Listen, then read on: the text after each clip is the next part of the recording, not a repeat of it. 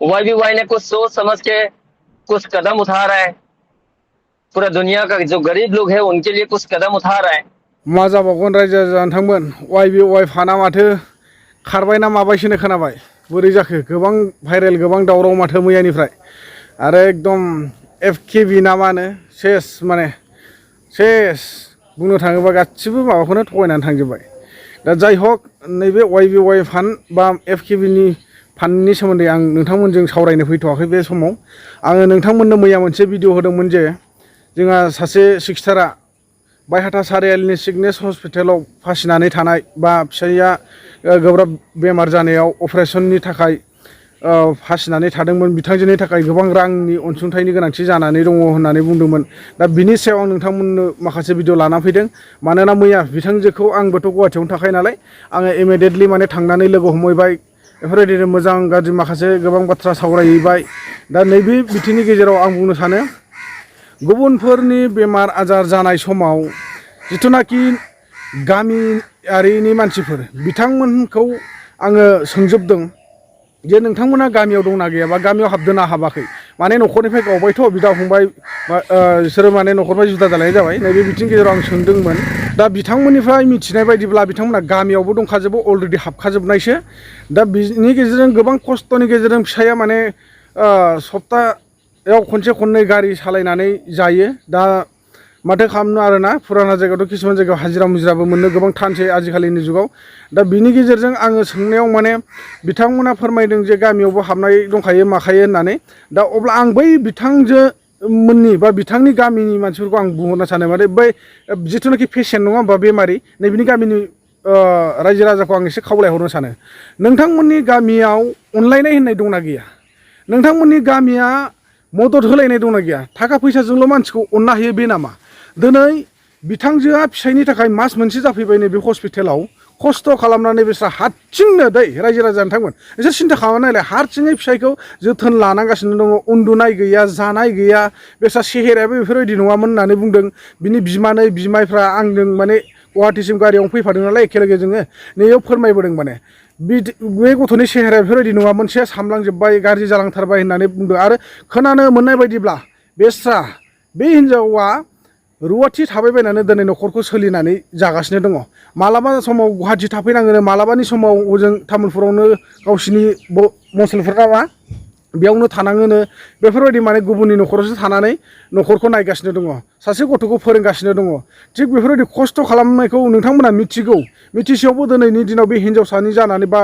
बे हिन्जावनि थाखाय बे आइजोनि थाखाय नोंथांमोना एसेबो मदद होनो गोसो जादिया। गामियाव आइजोफोर दंना गैयामोन हा? दिनै बिथांजोखौ मदद होनो थाखाय गामिनि मानसिफ्रा सेन्स जायै सानै साथाम मालाबा साननैसो मालाबा साननै बेफोरबायदि मदद होफैथारनांगौब्रा मानो होफैनो हादिया हा? मानसि नङा नामा बिसोरो? आरो नोंसोर मालाय मानसि नंगौ नङा जुनार आखुनि नामा नोंसोर एसे बुजिनांगौथ'। दिनै थां जोंफोरबायदि गामियाव माबा मोनसे जायोबा गारियासो थोआ जोंनिया नायनो थांनायफ्रा थाखा फैसाजोंल' मदद होनो हायो बे नङा। मानसिखौ जोथोन लानायाव एसे मदद होफैनांगौ मानसिखौ नायनायाव एसे मदद होफैनांगौ नैबेखौसो आं खावलायनो सानो। दा नोंथांमोना एथ'ग्राब अन्थाइ बिखानि गोसोम मानसि आसुरित मोनबाय आं। आरो हौवासानि न'खरनि गामिनिफ्रायथ' फ्राय मानसियानो फैयाखै होननानै आं खोनानो मोन्दों। मानो फैयाखै? मा जाहोन दङ हा? मानसिया जानानै थाङो मोनसे समाव निदान खैफोद नैबेखौ सहाय होलायनाया बा नायलायनाया जों मानसिनि थाखाय जोबोर गोनांथि होननानै आं लुगैयो आरोना। नोंथांमोना दा मा सानो आं बेखौ मिथिया। दा नैबे बिथांजोनो बा बे बिथांनि बेमाराव जिथुनाखि हस्पिटालाव फासिनानै थानाय नैबेनि थाखाय रायजो राजा नोंथांमोना भिडिअखौ फुल नायबा निस्सय बुजि मोनगोन। आङो बिथांजोनाव माखासे सोंनाय फिननाय लादों। नोंथांमोननो आङो भिडिअ मोनसे लानानै फैदों। दिनै बिथांजोआ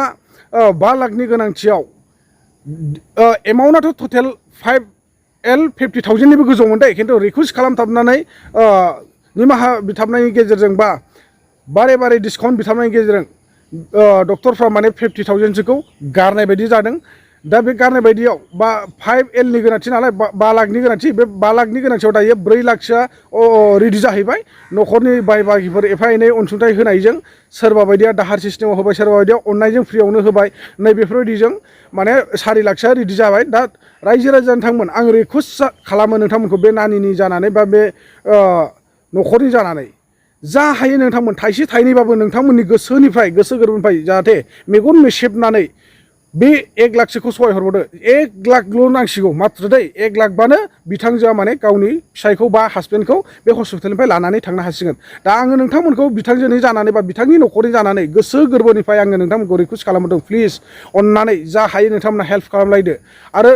नाजानांगौ नोंथांमोन बेफोरबायदिया माने फाला बदलसो दिनै आंनाव जागोन सोरबा गाबोननि समाव सोरनावबा जागोन जोङो बयबो अनलायनानै थानांगोन बर' हिसाबै जोङो थांनानै थानो बयहाबो राइट्स दं नालाय मोन्थाय दं नालाय जों बयबो थांनानै थानो लुगैयो जोङो मानसिया बासायनाय बासायै बेफोर उननि बाथ्रा दिनैनि दिनाव खिन्थु मानसिया बासायबाय अलरेडि दै दा माने अलरेडि बासायबाय अपारेशन साक्सेसफुल जाबाय दिनै मानसिखौल'सो न'आव लांनो थाखाय हायाखै आरोखि माने रांनि थाखायनो डक्टराथ' मालाखावनो रिलिज होनानै होखाबाय दिनै मानसिखौ न'आव लानानै थांनो हायाखै बिनि थाखाय नोंथांमोनखौ आङो गोरबोनिफ्राय बिथांजोनि जानानै रिकुवेस्ट खालामहरो नोंथांमोना जाय जेसे हायो जया धर्म नोंथांमोननि अननायनिफ्राय हेफाजाब हरबाव आङो बिथांजोनि QR क'डखौ आङो स्क्रिनावनो होगासिनो दंखायो नोंथांमोना जेसे हायो प्लिज अननानै हेल्प खालामथार दै आं बेखिनिखौनो बुंबाय नोंथांमोना दायो फुल भिडिअखौ नायनानै बुजिनानै लानो हासिगोन दा दिनै पेसेन्टखौ लांनो थाखाय एसेबाबो रेडि खालामदोंमोन नङा होमबा जा हायो जेन'बा मानसिफोरनि अनसुंथाइ बा डनेसन हरनाय हिसाबै बेजों लोगोसे आरो डनेसनफ्रा बेसे मोनफैनाय जाखो बेखौथ' नोंसोरो दा जमायै डिक्लेयार होनो हाथारनाय नङा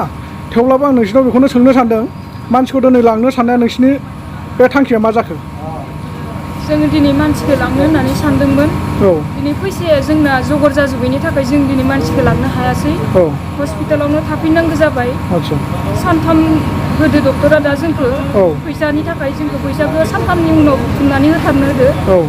दा बेनिखायनो जों थाफैनो गोनां जाबाय दा ओमफ्राय डनेसन हरनायजों लोगोसे नोंसिनि भाइ बाहागिफोर जाथि बंस फैदोंमोन नामा खबर लानानै फैदोंमोन जाथि बंसफोर दा बिथांमोना न'खरनिफ्राय एसे एनै अनसुंथाइफोर होदोंमोन नामा बिसोरो होदोंमोन अनसुंथाइखौ एसे एनै जा हायो बिसोरबो न'खरनिफ्राय हरबाय ओमफ्राय दा जोङो उपायानो गैला दा जेनेबा बेनिफ्राय दा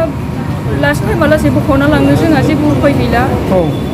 न'खरनिफ्राय जा हायो एसे हरबाय जोंना न'खराबो एसे अबस्था गैखाया हासबेन्ड लानि न'खराबो अबस्थाखौ बारा एसे थिग नंखाया आरो जोंहा आइमोननि अबस्थायाबो थिग गैखाया हादानावसो थायो जोंहा बेनिखायनो दा जोङो ओरैनो न'खरनि अबस्थाफ्रा माबायदि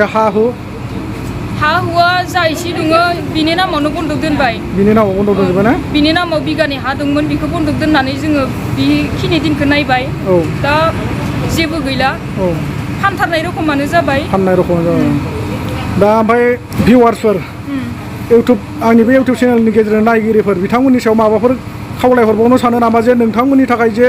डनेसननि एसेबाबो गोनांथि जानानै दंबावो बिनि थाखाय माबाफोर खावलायहरनो सानो नामा आं दिनै नोंथांमोननिसिम बेखौनो बुंनो सानो आंनि हासबेन्डखौ बे हस्पिटालनिफ्राय दिहुननो थाखाय नोंथांमोननिफ्राय आंनो एसे मदद नांगौ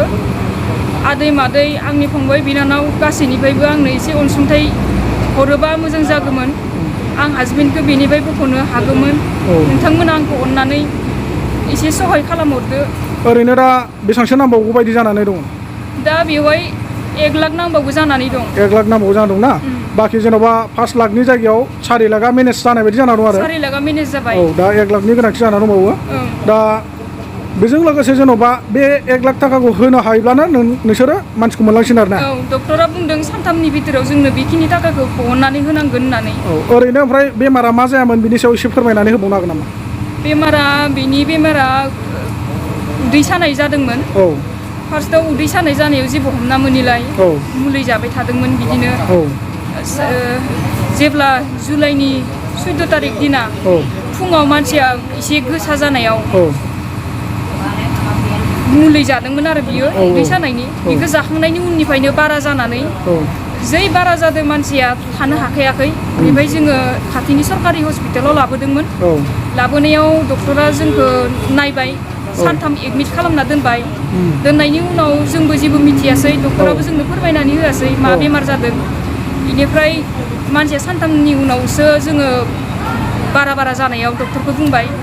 मानो मानसिया दाबो एसेबो हामाखै मा खालामनाया गाहाम जागोन ना डक्टरनियाव जेब्ला सोङो डक्टरा जोंखौ बुंबाय जोङो बेखौ हानाय नंला होननानै जोंखौ मेडिकेलाव आखाइ थिखांबाय बेलेग गुवाहाटीनि GMC आव लिरनानै होदोंमोन आरो ओमफ्राय जोङो आरो बेमारखौनो जेबो हमना मोनाखैबा जोङो प्राइभेटाव खनसे आल्ट्रासाउन्ड खालामना नायनोसै होननानै जोङो खालामना नायदोंमोन आदसा खालामना नायनायाव डक्टरा जोंखौ बुंबाय मानसिया जिनानै सिङाव इनफेकसन जाजोब्बाय मानसियानो सम सिरियास जाबाय होननानै मानसिया सिरियास जाखाबायमोन औ थागोन थाला आसा गैलामोन आरो थागोन थाला जेबो आसा गैलामोन बिनि उनाव जोङो एम्बुलेन्स ड्राइभार हमनानै लाबोबाय थानाय समाव आरो मानसियाथ' बारानि सायाव बारा जाबाय हाङा टिपुं टिपुंल'सै जेबो माने राव गैला माबा गैला लरसर गैला बिनि उनाव आरो एम्बुलेन्स ड्राइभाराबो बिनि सिरियासखौ नुनानै बुंबाय जोंखौ सिकनेस बायाथायाव मोनसे सिकनेस हस्पिटाल दङ बेयाव मोजां मानसिखौ बासायनोबा नोंसोर बेयावनो सोदो होननानै बेयाव जोंखौ सोनानै दोनफैबाय दा बेयाव सोना दोनफैनायनि उनाव नायनायनि उनाव जों मिथिबाय डक्टरा जोंखौ बुंबाय दिनैनो अपारेसन खालामाबा मानसिखौ जों जेबो बुंनो हाया अपारेसन खालामबाबो जों बासायगोन बासाया जेबो बुंनो हाया थेवबो जों अपारेसन खालामनोसै होननानै आंनिफ्राय साइन लानानै डक्टरफोरा अपारेसनखौ खालामदोंमोन ओमफ्राय दा अपारेसनखौ खालामखांनायनि उनाव बेमारा मोनसेनिफ्राय मोनसे बारायनानैनो दिनै फैसाया जोंना गोबां जालांदो बिबुआ जिनानै सानथाम थानायनि थाखायनो मोननै किडनिकाबो इनफेकसन जानानै लांसआवबो इनफेकसन जानानै डायलिसिस खालामबाय थानांदो आरो डायलिसिस खालामखांनायनि उनाव पेसाबा क्लियार जाबाय जाखांनायनि उनाव आरो मानसिया हां लानो हायि प्रब्लेम जालायबाय बेयाव डक्टरा नायना बुंलायबाय लांसआवबो इनफेकसन जादों होननानै बिनि थाखायनो भेन्टिलेटरावनो 9 दिन लाखिनाय जादों आइसिइउआव बिनि थाखायनो बिला माने बारायलांबाय थादो मानसिखौ जोङो सानदोंमोन एसे थाबैनो हामबाथाय बेलेगाव रेफार होनानै सरकारि मेडिकेलावनो देखायहैनोसै होननानै दा बिदि भेन्टिलेटराव थानाय मानसिखौ लांजाया होननायखाय जों लांनो हायासै ओमफ्राय दा मानसिया एसे मोजाङाव फैबाय दा फैसाखौनो जों दा बुथुमग'नो हाला बिनि नामाव जा एसे हादोंमोन फानखानाय बायदियानो जाखाजोब्बाय जेबो राहा लामायानो गैला दा बेनिखायनो रायजो राजानिफ्राय आं बिदि अनसुंथाइ बिनो गोनां जाबाय नोंथांमोना अननानै आंखौ एसे नायफिनहरदो जय हायो जया धर्म आंनि फिसाइखौ आं बे हस्पिटालनिफ्राय न'सिम लांनो हानाय बायदि आंखौ बयबो अनसायहरदो